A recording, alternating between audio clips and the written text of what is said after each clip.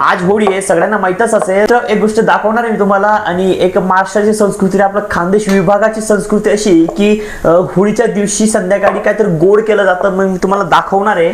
तर हे बघा, याला लाडवे असे म्हणतात मित्र. माझी मम्मी बनवते. एक सांग, हे कशापासून बनलं जातं आणि आणि याचं कसं म्हणजे काय काय केलं जातं मला सांग बरं 2 मिनिटात.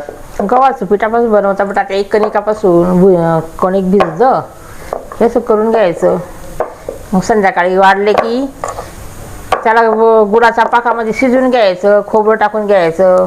म्हणजे हे जे आपलं कणिकाचं म्हणजे विलायची वगैरे टाकून म्हणजे गव्हाच्या पिठापासून हे असे म्हणजे हे करतात. आणि याला उन्हात सुकल्यानंतर हे संध्याकाळी याचा गोड पदार्थ केला जातो मित्र. आणि हे असं पदार्थ तुमच्याकडे पण होतं का मित्र? मला कमेंटमध्ये सांगा तुमच्याकडे असं पदार्थ होतं का. जर नाही होत तर मग याच्या व्यतिरिक्त काय होतं तुमच्याकडे, तर मला कमेंटमध्ये सांगा मित्र.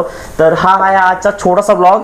तर आवडला असेल तर फॉलो करून ठेवा मित्र. आणि मी नवीन क्रिएटर आहे, तर मला तुमचा साथ हवी, तर त्याच्यासाठी फॉलो करून ठेवा. आणि व्हिडिओ आवडला असेल तर लाईक करा मित्र. खूप खूप धन्यवाद.